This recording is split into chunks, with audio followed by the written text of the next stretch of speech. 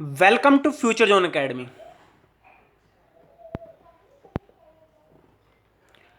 आज हम 12th class के मैथमेटिक्स की ओर बढ़ते हैं। मैथमेटिक्स में हमारे चल रहा है अवकलन के अनुप्रयोग।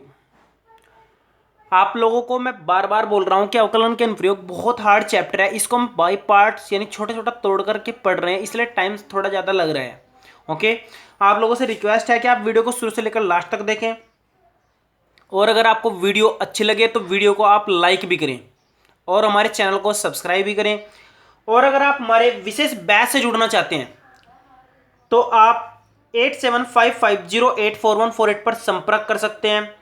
और इस बैच में कैसे पढ़ाया जाता है इसके लिए आप लोग फ्यूचर जोन एकेडमी यानी हमारे चैनल पर एक वीडियो पढ़ी है जिसका नाम है ऑनलाइन कैसे पढ़ें, उसे देखकर समझ सकते हैं। ओके, आइए चैप्टर को शुरू करते हैं। आज का जो टॉपिक है हमारा वो वृद्धिमान एवं ह्रासमान है। इसमें से 2 से लेकर 4 नंबर तक का आपका बोर्ड के पेपर में अक्सर करके आता रहता है। और ध्यान दीजिए, वृद्धिमान और ह्रासमान के जो 3 पॉइंट है तीनों को मैं अलग अलग अच्छे तरीके से कवर करूंगा और 2 ही वीडियो में लगभग कंप्लीट करने का प्रयास करूंगा। आइए पहले हम इसको शुरू करते हैं। यहां से पहला पॉइंट है हमारा डायग्राम से। आप ध्यान दीजिए इस चीज पर कि हम डायग्राम से इसको कैसे समझ सकते हैं कि कौन सा फलन वृद्धिमान है और कौन सा ह्रासमान। ओके, तो शुरू करते हैं। मान लो हमारे पास एक छोटा सा डायग्राम है। अगर कोई मान नीचे से ऊपर की ओर जा रहा है तो उसको बोलते हैं वृद्धिमान। क्या बोलते हैं उसको? वृद्धिमान, क्योंकि इसमें वृद्धि हो रही है ना, तो इसको क्या बोलेंगे? वृद्धिमान।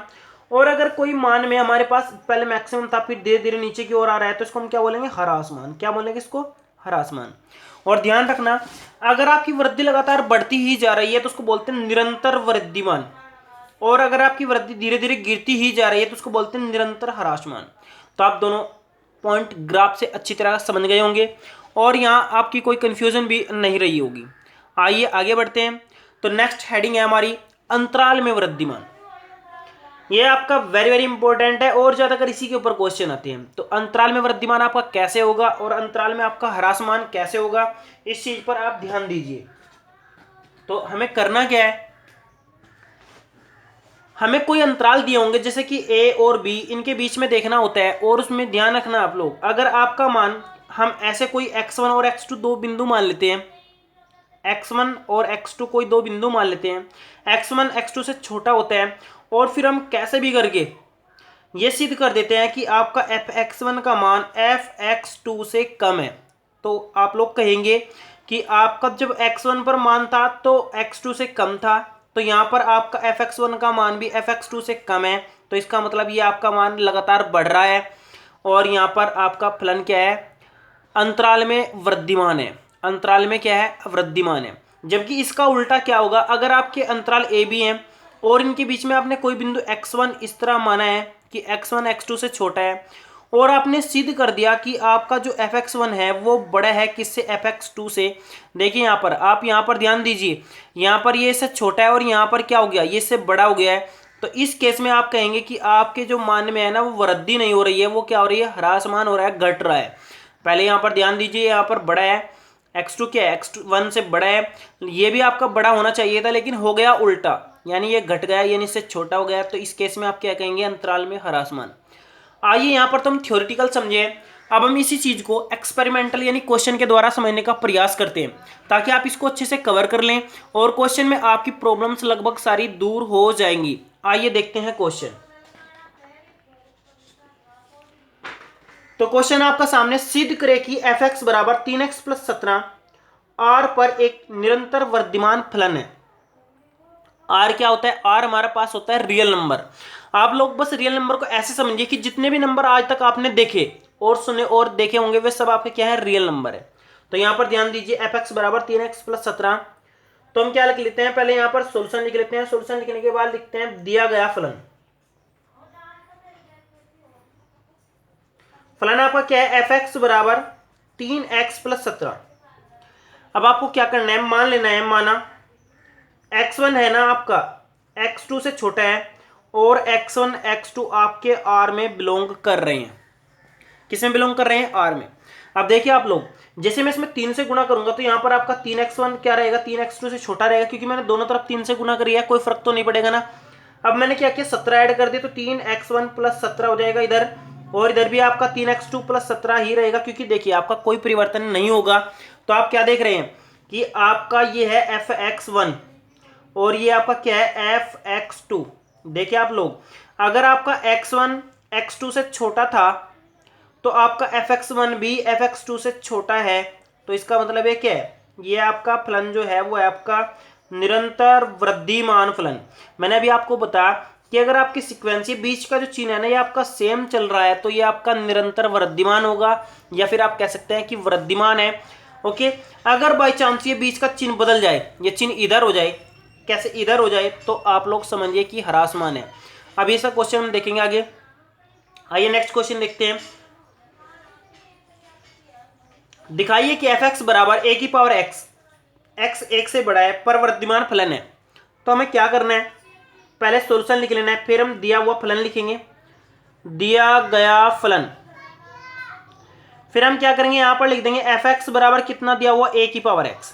अब हमें क्या कर लेना है, मान लेना है, माना x1 x2 से क्या है, छोटा है, और याद रखने वाली बात क्या है कि उसने पहले ही बताया कि दोनों का मान 1 से बड़ा है। अब देखिए आप लोग, जब ये है तो हम इसकी पावर इसको करेंगे तो ये सीधी सी बात है ये भी छोटा होगा, क्योंकि अगर a की पावर आप कम रखेंगे तो a की पावर आप ज़्यादा रखेंगे तो ज़्यादा वाले से घात कम तो होगी होगी। एग्जाम्पल दे रहा हूँ, यहाँ पर 2 की पावर आप 2 रखिए, यहाँ पर 2 की पावर आप 3 रखिए, ये 2 3 से छोटा है तो आप लोग देखिए इसका मान 4 आता है, इसका मान 8 आता है, तो आप देखिए 8 से 4 तो सीधा छोटा ही होगा ना।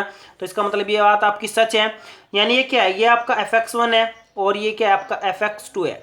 अगर आपका x1 x2 से छोटा है तो अगर उसके बाद fx1 fx2 से छोटा है तो आपका वृद्धिमान होगा, क्या होगा, फलन वृद्धिमान होगा। आप लोग इसको अच्छे से कवर कर गए होंगे। आइए कुछ क्वेश्चन इसी के देखते हैं, हम पहले इसको अच्छे से कवर करने का प्रयास करेंगे। आइए नेक्स्ट क्वेश्चन की ओर बढ़ते हैं। नेक्स्ट क्वेश्चन है हमारा, दिखाइए कि fx बराबर एक्स स्क्वायर अंतराल माइनस अनंत से लेकर 0 तक ह्रासमान फलन है। तो पहले हम क्या करेंगे, सॉल्यूशन लिखेंगे, सॉल्यूशन लिखने के बाद यहां पर दिया गया फलन मैंने डायरेक्ट लिख दिया fx बराबर एक्स स्क्वायर। अब देखिए मान लेता हूं, माना x1 आपका x2 से छोटा है, क्या x1 आपका x2 से छोटा है, तो क्या होगा, तो आप लोग देखिए अब आपका क्या हो जाएगा, यहां पर x1 मैंने x2 से छोटा कर लिया है, तो उसके बाद क्या होगा, अब आप लोग देखिए ध्यान से, ये आपके क्या है, दोनों x1 और x2 क्या है, दोनों के दोनों किसके अंदर है, माइनस अनंत से लेकर 0 के बीच में है, यानी 0 से छोटे हैं, क्या है, 0 से छोटे हैं। अब आप लोग इस चीज को फोकस करिए, जब हम क्या करेंगे, इधर x1 का स्क्वायर करेंगे और इधर हम क्या करेंगे, इधर आपका क्या करेंगे, x2 का स्क्वायर करेंगे, तो एकदम क्या प्रॉब्लम होगी, ये मान आपका बड़ा हो जाएगा, क्या हो जाएगा, एकदम से बड़ा हो जाएगा। मैं आपको एक एग्जाम्पल दे देता हूं यहां पर ताकि आप अच्छे से समझ जाएं। मैंने यहाँ पर आपका लिखा -5 और मैंने ये आपका क्या किया, -3 से बड़ा है। आप लोग ध्यान से समझिए इस एग्जाम्पल को, ये आपका -5 है, ये छोटा होगा -3 से, लेकिन जैसे ही आप इसका वर्ग करेंगे इसका वर्ग हो जाएगा 25 और इसका वर्ग हो जाएगा 9, तो आपका चिन्ह बीच का एक ऑटोमेटिक बदल रहा है। तो आप देख रहे हैं कि जब आपका चिन्ह बदल रहा है तो यानी कि आपका क्या होगा, ह्रासमान होगा। कैसा फलन होगा आपका, ह्रासमान। आपको बस चिन्ह पर ध्यान देना है और जैसे वो कह रहा है वैसे ही करना है। तो यहाँ पर आप समझ गए हैं कि आपका जो fx का वन का मान होगा वो fx2 से छोटा होगा, सॉरी बड़ा होगा, तो ये आपका क्या होगा, ह्रासमान होगा। समझ गए हैं ना आप लोग कैसे करना है। आइए नेक्स्ट क्वेश्चन देखते हैं। fx बराबर e की पावर 2x r पर निरंतर वृद्धिमान है, इसमें भी आपको ऐसा ही करना है। आपको क्या करना है, a की पावर 2x है ना, हमारे पास क्या फंक्शन है, ये क्वेश्चन आपका ऐसा हो गया है जैसा आप लोगों ने अभी इस क्वेश्चन में किया है। दिखाइए कि a की पावर x का भी आपका वृद्धिमान होगा और ये आपका ये भी आपका वृद्धिमान होगा। तो इस क्वेश्चन को आप लोग खुद करने का प्रयास करें।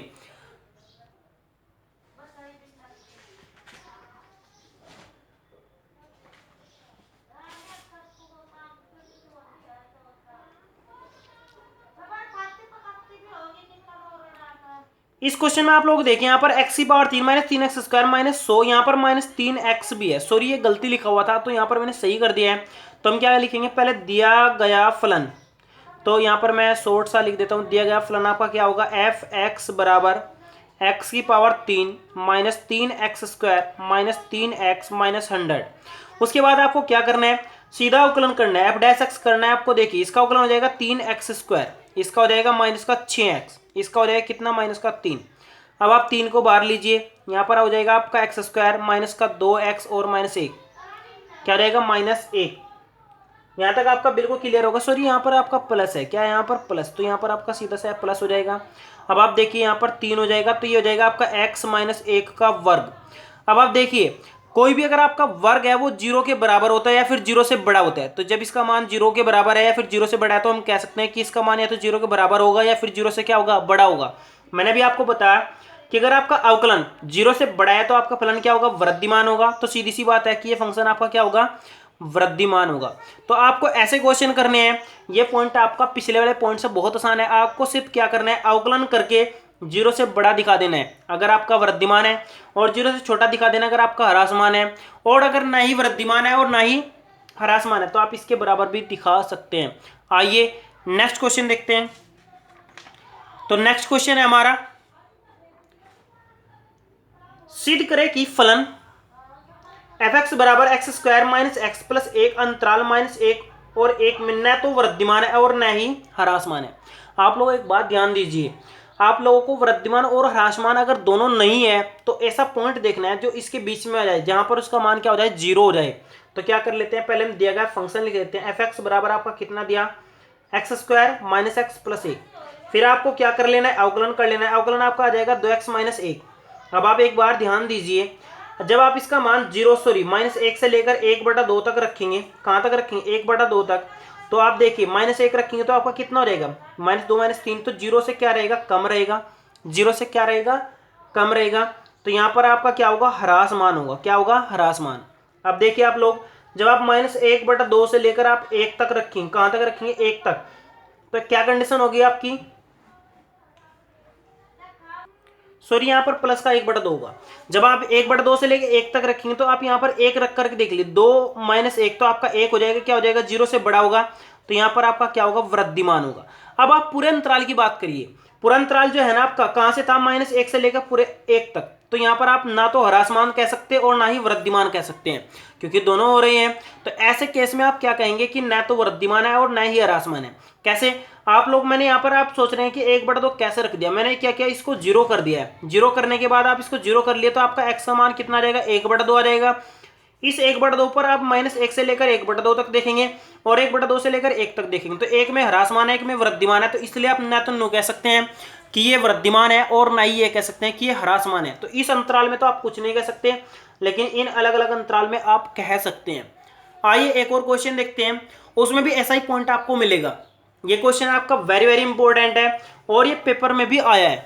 तो कह सकते हैं इस क्वेश्चन को, देखो, सिद्ध करें कि f(x) बराबर sin x 0 से लेकर 90 तक वृद्धिमान है और 90 से लेकर 180 तक ह्रासमान है, और 0 से लेकर 180 तक न तो वृद्धिमान है और न ही ह्रासमान है। तो पहले मैंने आपका फलन लिख लिया, फिर मैंने इसका क्या कर लिया, अवकलन कर लिया। अवकलन कितना आ जाएगा, cos x आ जाएगा। अब आप लोग ध्यान दीजिए, जब आप 0 से लेकर 90 तक की बात करते हैं तो इस केस में अगर आपका x होता है तो आपका जो f' होगा वो 0 से बड़ा ही होगा, क्योंकि 0 से लेकर 90 तक cos x का मान बढ़ता ही जाता है, क्या होता है, सॉरी घटता ही जाता है, 1 से लेकर 0 की तरफ बढ़ता है। cos 0 का मान 1 होता है, तो यहाँ पर 0 से बड़ा तो होता है ना, तो जब 0 से बड़ा होता है तो इस केस में क्या होगा, वो वृद्धिमान होगा। क्या होगा, फंक्शन फलन क्या होगा आपका, वृद्धिमान होगा। क्यों होगा, क्योंकि 0 से बड़ा मान है या फिर 0 के बराबर है। अब आगे बढ़िए, जब आप 90 से लेकर 180 तक की बात करते हैं तो इस केस में क्या होता है, cos x का मान माइनस होने लगता है, यानी आप कह सकते हैं कि जो आपका f' का मान होगा वो 0 से छोटा होता चला जाएगा। इसका मतलब ये क्या है कि इसका मतलब ये है कि ये आपका ह्रासमान होने लगता है। क्या होने लगता है, ह्रासमान होने लगता है। अब आप 0 से लेकर पाई तक की बात करें तो इसमें न तो आपका वृद्धिमान होगा और न ही आपका ह्रासमान होगा, तो आप डायरेक्ट लिख सकते हैं, क्योंकि 0 से लेकर 90 तक तो वृद्धिमान है और 90 से लेकर आपका 180 तक ह्रासमान है, तो आप इसमें कुछ भी नहीं कह सकते हैं। ओके, आप लोग इसको समझ गए होंगे, और जो प्रॉब्लम्स आपकी शेष रह गई हों उनको हम नेक्स्ट वीडियो में कवर करेंगे, और नेक्स्ट वीडियो में आपका इसी के ऊपर नेक्स्ट पॉइंट रहेगा। आप लोग ध्यान से देखिए। आप लोगों से रिक्वेस्ट है कि अगर आपको वीडियो अच्छी लगे तो आप वीडियो को लाइक ज़रूर करें और जितनी हो सके उतनी शेयर भी करें। Okay, thank you.